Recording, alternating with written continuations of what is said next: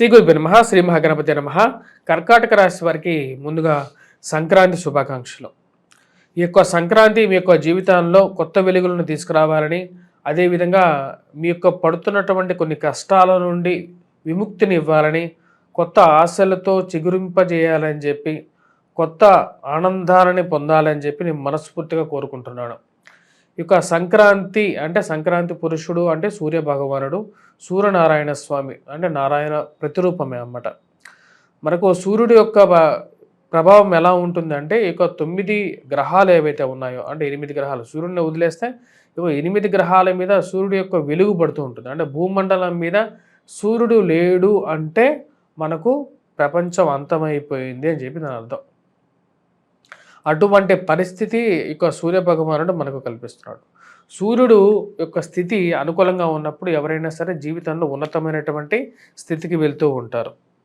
ఎందుకంటే సూర్యుడు అనేది జ్యోతి ప్రజ్వలన, అంటే జ్యోతి అంటే దీపరూపం కానీ లేకుండా ఉంటే మనకు సూర్యరూపం కానీ మొత్తం సూర్యుడు కాంతి ఎక్కడైతే ఉంటుందో అక్కడ అన్ని చోట్ల దైవం నివసిస్తూ ఉన్నట్లుగా శాస్త్రం చెప్తూ ఉంటుంది. అంటే దేవుడి యొక్క చూడలేనటువంటి ప్రదేశం అంటూ లేదు. మనం ఎవరికి కనపడకుండా ఏదో చేస్తూ ఉన్నాము అని చెప్పి కొంతమంది అనుకోవచ్చు. కాకపోతే దేవుడు చూస్తూనే ఉంటాడు ప్రతి ఒక్క విషయాన్ని. ఇప్పుడు ఇక సంక్రాంతి రోజున కర్కాటక రాశి వారు ఇటువంటి పరిహారం చేసుకుంటే వారికి చాలా అనుకూలమైనటువంటి ఫలితాలు పొందగలుగుతారు. మరి పూజా విధానం కొంచెం ఎలా చేసుకోవాలి అనేది చూద్దాం. ఈ రాబోతున్నటువంటి సంక్రాంతి రోజు గృహము మరియు అదేవిధంగా వచ్చేటప్పటికీ మనకు ఇల్లు నీట్గా ఏదైతే ఉందో దాన్ని క్లీన్ చేసుకున్న తర్వాత తైలాభ్యంగానం చేసుకోవాలి. అంటే తైలంతో మనం శరీరాన్ని మర్దన చేసుకున్న తర్వాత తైలాన్ని తలకు పెట్టించుకున్న తర్వాత తలస్నానం చేయాలి. మరియు అదేవిధంగా ఈ యొక్క ఉత్తరాయణ పుణ్యకాలం అనేది మొదలవుతుంది. ఎందుకంటే రవి మంచి అనుకూలమైనటువంటి స్థానంలోకి మకరంలోకి రాబోతున్నాడు అన్నమాట. మకరంలోకి ఎప్పుడైతే రవి రాబోతున్నాడో అప్పుడు ఎలా ఉంటుంది ఫలితాలు అంటే ముందుగా వచ్చేటప్పటికి మకరంలోకి రవి వచ్చినప్పుడు మన ఇంటికి కొత్తగా వచ్చినటువంటి పంట ఏదైతే ఉంటుందో అంటే కొత్త బియ్యం కానీ ఏదైతే ఉంటుందో ఆ బియ్యంతో మనం వచ్చేటప్పటికి సూర్యుడినే పూజించాలి. యాక్చువల్గా ఈరోజు సూర్యుడికి మనం అర్ఘ్యాన్ని సమర్పించడం కానీ లేకుంటే అరుణపారాయణం చదవటం కానీ లేకుండా ఉంటే మనం ఆదిత్య హృదయం చదవటం కానీ చాలా మంచి ఫలితాలు ఇవ్వగలుగుతుంది. సూర్యుడిని ఎలా పూజించాలి అంటే మనం ఎర్రటి పూలతో పూజించాలి. ఎర్రటి పూలు కానీ లేకుండా ఉంటే ఏవైతే కనకాంబరం పూలు కానీ ఏవైతే ఎర్రగా ఉంటాయో వాటిని పెట్టుకొని ఒక పళ్ళెం పెట్టుకున్న తర్వాత అక్కడికి సూర్యుని బింబాన్ని అంటే సూర్యదేవుడిని ఉదయం 4:30-5 లోపల సూర్యుడు ఎప్పుడైతే ఉదయిస్తాడో ఆ సమయానికల్లా మనం నిద్ర లేచినట్లయితే ఆ టైంలో మన స్నానం అంతా కంప్లీట్ చేసుకున్న తర్వాత సూర్యుడికి ఎదురుగా నుంచోని మనం సూర్యుడికి ఆ రోజు మనం తర్పణాన్ని వదలాలి. మరియు అదేవిధంగా ఎవరైతే మన ఇంట్లో పెద్దలు ఉంటారు కదా పెద్దలకి కూడా ఇదే రోజు మనం నివేదన పెట్టుకోవడం కూడా జరుగుతుంటుంది. కొన్ని కుటుంబాల్లో ఉండేటువంటి ఆచారం ఇది. మరియు అదేవిధంగా మనకు కొత్తగా వచ్చినటువంటి పంట ఏదైతే ఉంటుందో ఆ పంటని ఈరోజు మనం అంటే పంట అంటే రైస్ కానీ లేకుండా ఏదైతే మనం పండిస్తామో దాంతో ఏదైనా ఒక పదార్థం చేసి సూర్యుడికి ఎక్కువగా తన యొక్క నివాసంగా ఉండేటువంటి కొన్ని గుణాలు కలిగినటువంటిది ఆవు నెయ్యి అన్నమాట. సో ఆవు నెయ్యితో దీపారాధన చేయటం అనేది చాలా మంచి ఫలితాన్ని ఇవ్వగలుగుతుంది. అన్నిటికన్నా శ్రేష్టమైనది ఆవు నెయ్యి. ఆవు నెయ్యితో దీపారాధన చేయటం అనేది సర్వశ్రేష్టం. ఎందుకంటే సూర్యుడి తనలో ఉంటాడు. కొన్ని వస్తువులకి కొన్ని గుణాలు అనేవి ఉంటాయి. వాటి ద్వారా ఈ యొక్క ఫలితాలు అనేవి పొందగడం జరుగుతుంది. వాటితో పాటు మనకు కొత్తగా వచ్చినటువంటి పంట ఏదైతే ఉందో రైస్ వస్తే ఆ బియ్యంతోనే మనం వచ్చేటప్పటికి పొంగలి చేయటం కానీ జరుగుతుంది. ఆ పొంగల్లో కొంచెం ఆవు నెయ్యి కానీ లేకుండా ఉంటే మావులు నెయ్యి కానీ వేసి దేవుడికి నివేదన పెట్టాలి. దేవుడికి నివేదన పెట్టి దాని తర్వాత మనం తీసుకోవడం జరుగుతుంది. ఇటువంటి చిన్నవి చేయండి. అరుణపారాయణ మటుకు చేయండి. ఎందుకంటే సూర్యుడి యొక్క ప్రభావం ద్వారానే ఈ యొక్క సర్వ జగత్తు వెలుగుతూ ఉంటుందన్నమాట. అలా వెలుగుతూ ఉన్నప్పుడు అది మన జీవితంలో కూడా వెలుగునిస్తుంది. అది గమనించండి. ఇప్పుడు కర్కాటక రాశి వారికి జనవరి నెలలో ఎలా ఉంటుంది అనేది చూద్దాం. జనవరి నెలలో ఈ రాశి వారికి సానుకూలమైనటువంటి ఫలితాలు గోచరిస్తూ ఉన్నాయి. వృత్తి వ్యాపార రీత్యా కర్కాటక రాశి వారికి కొంచెం రిలీఫ్ అనేది పొందగలుగుతారు. జన్మరాశిలో కుజగ్రహ సంచారం జరుగుతున్నటువంటి కుజుడు 22వ తారీఖున తిరిగి మళ్ళీ 1000 స్థానంలోకి వెళ్తున్నాడు. అంటే 12వ ఇంటికి వెళ్తున్నాడు. కొంచెం రిలీఫ్ అనేది ఉంటుంది. ఆరోగ్యపరంగా కొంచెం బయటికి రాగలుగుతారు. అష్టమంలో ఉన్నటువంటి శని సంచారం జరుగుతున్నప్పటికీ కూడా జన్మరాశిలో ఉన్నటువంటి కుజుడు ఎప్పుడైతే 1000 స్థానంలోకి వెళ్తాడో కొంచెం రిలీఫ్ అనేది పొందగలుగుతారు. ముందుగా 22వ తారీఖు వరకు మటుకు కొంచెం కష్టాలనేవి ఉంటాయి. ముఖ్యంగా ఆరోగ్యపరంగాను, ఫైనాన్షియల్ ఎక్స్‌పెండిచర్ పరంగాను కొన్ని కష్టాలనేవి ఉంటాయి. కాకపోతే ఈ రాశి వారికి షష్టమంలో రవిగ్రహ సంచారం జరుగుతుంది. ఇది వృత్తిపరంగా, వ్యాపార పరంగా అనుకూలమైనటువంటి ఫలితాలు ఇవ్వగలుగుతుంది. నూతన ఉద్యోగ ప్రయత్నంలో అనుకూలమైనటువంటి ఫలితాలు, వ్యాపార ప్రయత్న సంబంధితమైన విషయాల్లో సానుకూలంగా, మనసులో ఉన్నటువంటి మార్పు చేర్పులు ఏవైతే ఉన్నాయో వాటి గురించి మారాలని చెప్పి చేస్తున్నటువంటి ప్రయత్నాలు 14వ తారీఖు వరకు ఈ రాశి వారికి అనుకూలంగా ఉంటుంది.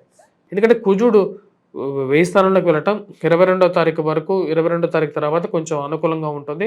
14వ తారీఖు వరకు ఉత్తరాయణ పుణ్యకాలంలోకి ఎప్పుడైతే రవిగ్రహ సంచారం జరుగుతుందో అప్పటి వరకు కూడా అనుకూలంగా ఉంటుంది.